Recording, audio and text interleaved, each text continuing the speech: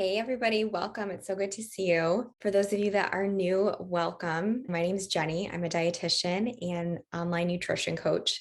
I love to just share with you things that are helpful with nutrition, lifestyle, habits, recipe, meal ideas, and just making nutrition less overwhelming, more realistic, and creating a lifestyle that just feels so good for you and makes sense for your current season of life, for your current circumstances.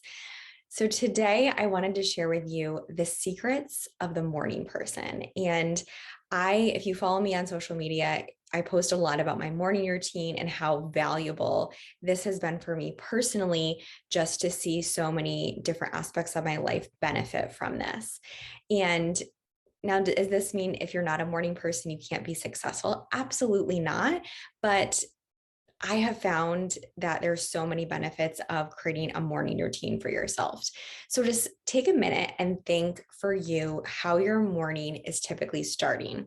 Are your mornings basically hitting snooze 5 times, laying in bed, then picking up your phone, scrolling on social media, and then finally dragging yourself out of bed and then rushing into your day because you're now running behind and just constantly feeling like now your day is behind because your morning started behind, right? Let me know if this resonates with you. Comment below. How is your morning typically starting?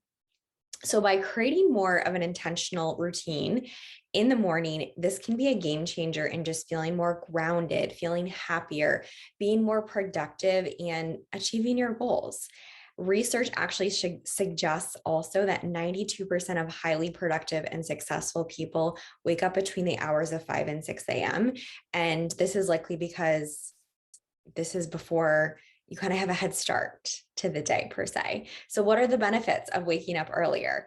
There are so many less interruptions earlier in the morning. So emails aren't flowing in. No one is calling you or messaging you, or maybe other people in your house are still asleep. So this is purely your time, and your brain has not already made a million decisions throughout the day as it would be later in the day or during the day. So you're able to just think more clearly, you have more brain capacity, and it can be helpful to do more of your challenging tasks for yourself at this point of your day. And this could be different depending on what's challenging for you. Some people, working out is challenging, so that might be a great time of day to do your workout. Or if you have a big project that you're working on for work, or something that just is requiring more of you, it can be a great point of your day to take this step towards that. And when you're accomplishing tasks first thing in the morning, it motivates you to want to continue to do these things that help you to feel better and continue to be productive and accomplish things. So if your days are straight out during the day, waking up earlier and using this time to incorporate maybe activity into your day is going to be really key. If you're struggling to fit in that piece of your day, this is a great point of your day that you could make this happen for yourself. And when you start your day moving your body, you're also improving circulation to your brain, which is improving your energy, your productivity, your focus. And movement can look so many different ways. It doesn't have to be high intensity. It doesn't have to be sweating. It doesn't have to be cardio. It could be a walk outside or inside on the treadmill. It could be yoga, stretching, or it could be more of a formal style workout. If you really love that high intensity start to your day, you could do something like that. But it all matters. It all makes a difference, and it helps you to feel more mentally focused and clear for your day. And when you wake up earlier, you're able to take time also to probably have breakfast. So breakfast and having that as an intentional meal in your morning is so helpful to really break the fast, from your night of sleeping, but it's giving you energy, it's giving you focus for your day, and you're more likely to feel in control at future meals throughout the day. And this can also help to minimize late night eating or overeating later on before bed, which isn't a bad thing, but it can affect quality of sleep if you're, eating most of your calories right before you're sleeping. Another thing that can be really nice in the morning when the time changes is when you can watch the sunrise in the morning, and it's so serene, it's peaceful, it's therapeutic, and it gives you a sense of calmness at the start of your day. So, what are the secrets of a morning person? I'm going to share with you 10 secrets of things that are helpful for morning people. Number one is a successful morning is going to start the night before. So, taking time the night before to clean and organize your space so you're not waking up in chaos or a mess, because this feels stressful, right? When you wake up to this, it makes you feel overwhelmed, frustrated, behind, all those things, right? So if you can wake up in a more organized space, it makes you feel like, okay, this feels good. I want to, move forward. So doing as many tasks as you can in the evening to eliminate morning chores, also with things that can add up when things are busier. So this could look like making your coffee the night before, whether it's like putting the grounds in the coffee maker, filling the water, make sure the dishes are done the night before, lay out your clothes for what you're going to wear for your workout or work in the morning, and decide what workout class you're going to do the night before. So that way you're not trying to shuffle around in the morning and figure that out. And that's only delaying you actually doing it. Fill your water bottle the night before and put it in the fridge if that's helpful. So doing all these things ahead of time is helping you to draw a straight line to being successful with achieving this, because when you're short on time in the morning, one little piece that's setting you back is going to make you say, screw it, I can't do this, right? So just doing these things beforehand helps to set you up to be successful in the morning. Number two, go to bed and wake up at similar times. Our bodies thrive on routine, on circadian rhythm, and thinking about, with babies, we're so regimented with putting them to bed at similar times, keeping them on a sleep schedule, waking up at similar times. And they behave really well when they're on a routine and a schedule with sleep and eating. And we're the same way with this. Absolutely. So getting adequate sleep and rest is key to waking up feeling rested and ready to start your day.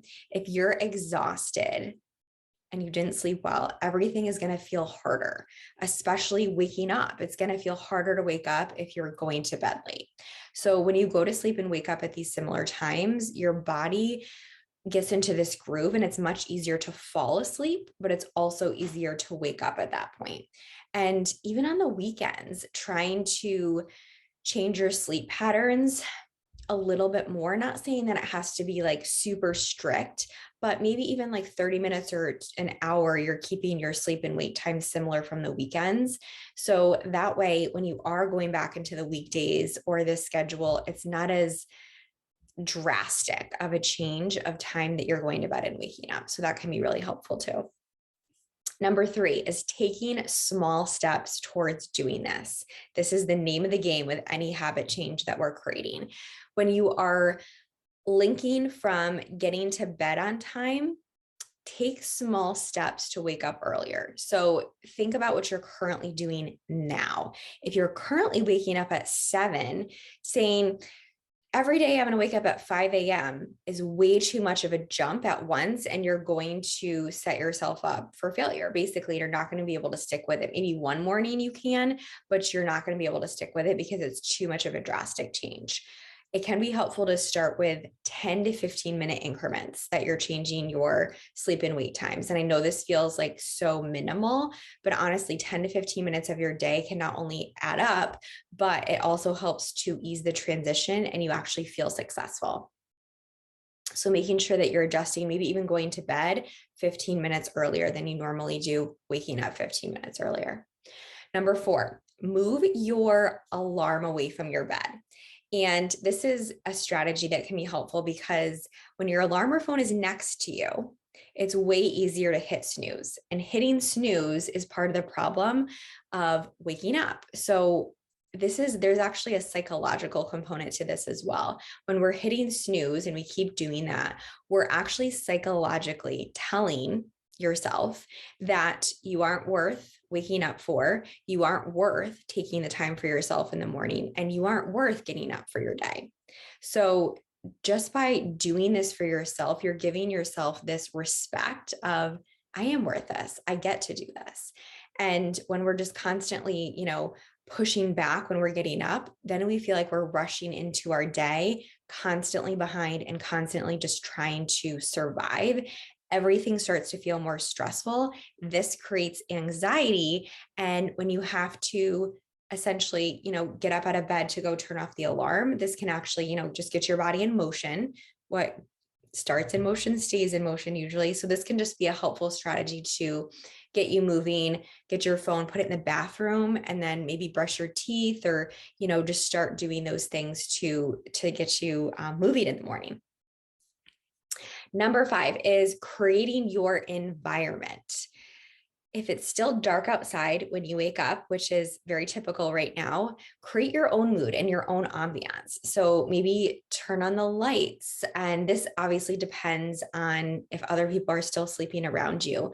But light production decreases production of melatonin, which helps you wake up. So melatonin is naturally increased and decreased with our sleep and wake cycle. And when lights are on, this decreases melatonin production and makes us more awake. So if everyone is still sleeping in your house, maybe go into a different part of your house, a different space, and create your own lighting, your own vibe. Maybe go downstairs and turn on some twinkle lights or like a lighter light setting, turn on the fireplace. What I like to do is go right in the basement, and I do my workout first thing in the morning. So I'll turn on the lights down there and create my own ambiance, my own mood.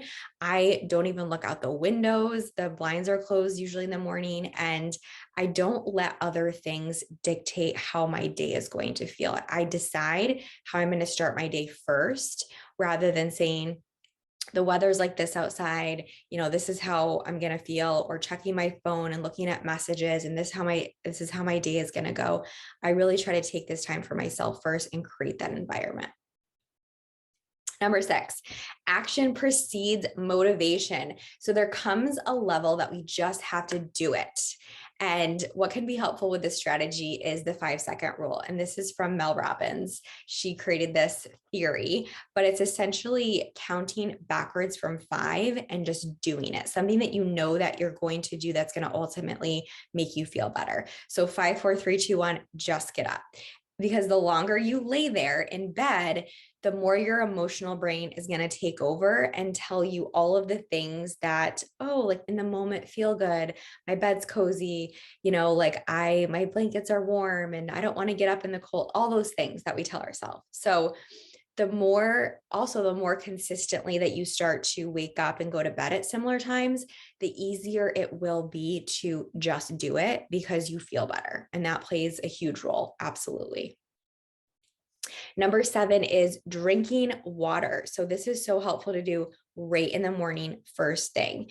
Your body is dehydrated from sleeping for a long period of time, and starting your day drinking water right when you wake up really helps to just get things moving. So this can help with digestion, mental clarity, and just help you feel better. There is no secret to really what you're adding to your water. I know there's theories with lemon water. It's honestly the water, the hydration that is most valuable at that point of your morning. So I like to keep some water at my bedside and just start just sipping on that as I'm starting to get dressed and to start moving to my day. You don't have to chug water, but just start, sipping water to rehydrate your body. Number 8, your mornings create your day. This is the first part of your day. So when you start to accomplish tasks first thing in the morning, this creates momentum, which increases productivity throughout the day. So it can be helpful to try to do 3 things right in the morning that make you feel good. So instead of picking up your phone or kind of wasting time to wake yourself up, just start doing things that make you feel good. Start drinking your water. Maybe you just start stretching or moving, brush your teeth, make your bed, get dressed. Read something positive, and just start doing those little things. They sound so minimal, but when when you're doing these things consistently, it makes you feel productive, it makes you feel accomplished, and it motivates you to continue to do other things in your day that support you, your health, and make you feel your best.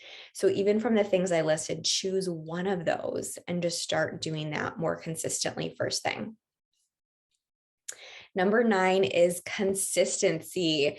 You hear me say this word all of the time, but the more consistently that you go to bed and wake up at similar times, the easier it will be to wake up in the morning. Your body gets used to this rhythm and it gets used to waking up at a certain time.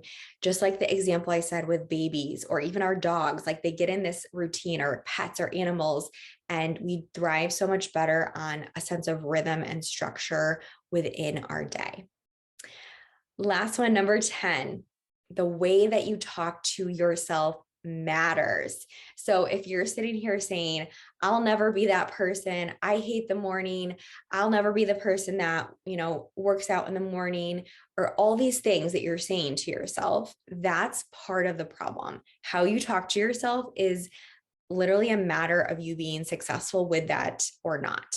So if you can tell yourself, I am a morning person, I enjoy the morning, I get to wake up for my life, I get to start the day with myself first, I get to do these things that support my health, my well-being, and guide me into the rest of my day. So when you start creating a morning that you look forward to, this is so important, because how we feel is what motivates us to also do things. Even though we ultimately know logically what things are going to make us feel better, it has to feel good. There has to be a reward behind what we're doing. So if you're creating a routine that you look forward to waking up for in the morning, it's going to be a lot easier to continue to do it. And this will help you to create more of a habit around this and create a routine that you genuinely enjoy. Again, this can look so many different ways. It just has to work for you. It doesn't have to look a certain amount of time, a certain structure. In another future video, I'm happy to share more about my morning routine and what that looks like for me. But those are some strategies that I have found helpful, that other people that I work with have found helpful. And I can guarantee that this has brought so much success with me and just being more productive. So let me know in the comments, what is one thing that you are going to try doing in your mornings to help you feel better from some of the things that I talked about? Are mornings harder for you? Let me know your thoughts on this and if this was valuable. And like I said, I'll share more about what this looks like for me if that would be valuable to you. So I hope you have a great rest of your day, and I'll catch you in the next video.